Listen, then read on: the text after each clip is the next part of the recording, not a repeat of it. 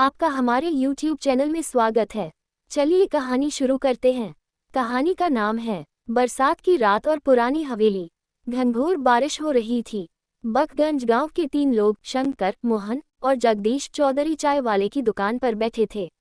आम दिनों में जहां ये तीनों गर्मागर्म चाय के साथ ठहाके लगाते थे, वहीं आज उनके चेहरे पर चिंता की लकीरें साफ दिख रही थीं। अब क्या करें मोहन, स्कूल बंद तो गया, पर फर्नीचर के लिए पैसे ही नहीं बचे, शंकर ने निराश स्वर में कहा। जगदीश ने लंबी सांस भरी। हम लोगों ने तो गांव के बच्चों के लिए अपने खून पसीने की कमाई लगा दी, लेकिन अब स्कूल में बैठने तक की व्यवस्था नहीं कर पा रहे। इसी बीच गांव के बुजुर्ग रामनाथ जी दुकान पर आ पहुंचे। उन्होंने तीनों की बात सुनी और बोले, बेटा, मैं एक उपाय बता सकता हूँ, पर हिम्मत हो तो बताऊं। रामनाथ जी ने धीरे से कहा, गांव के बाहर पुरानी हवेली के बारे में तो जानते हो। तीनों की रीढ़ में सिहरन दौड़ गई। हवेली सालों से वीरान थी और गांव में कहानियां मशहूर थीं कि वहां भूतों का साया है। कहते हैं उस हवेली में पुराने जमाने के जमींदार के गहने और सोने की मोहरें छिपी हुई हैं। अगर हिम्मत हो तो जाकर देखो, हो सकता है वही तुम्हारी मदद करे। तीनों ने एक दूसरे को देखा और तय किया कि वे रात में हवेली जाएंगे। रात के समय बारिश और तेज हो गई थी। हाथों में टॉर्च लिए तीनों दोस्त हवेली की ओर बढ़ चले।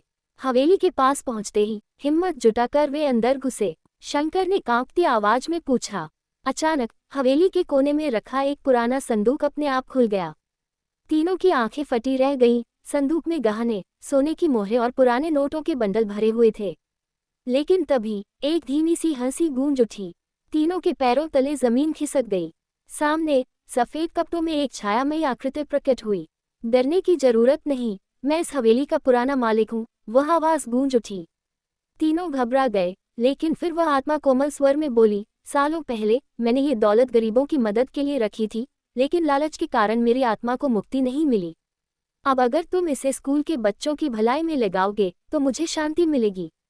तीनों के होश उड़ गए, लेकिन हिम्मत दिखाते हुए उन्होंने झुककर आत्मा का धन्यवाद किया। उसी क्षण वह आकृति मुस्कुराए और धुंध में विलीन हो गई। अगली सुबह गांव भर में खबर फैल गई कि हवेली से खजाना मिला। तीनों ने बिना किसी लालच के सारा धन स्कूल की फर्नीचर और सुविधाओं के लिए लगा दिया। शाम को जब वे स्कूल के सामने बैठे तो अचानक एक ठंडी हवा का झोंका आया और ऐसा लगा जैसे कोई अदृश्य शक्ति उन्हें आशीर्वाद दे रही हो।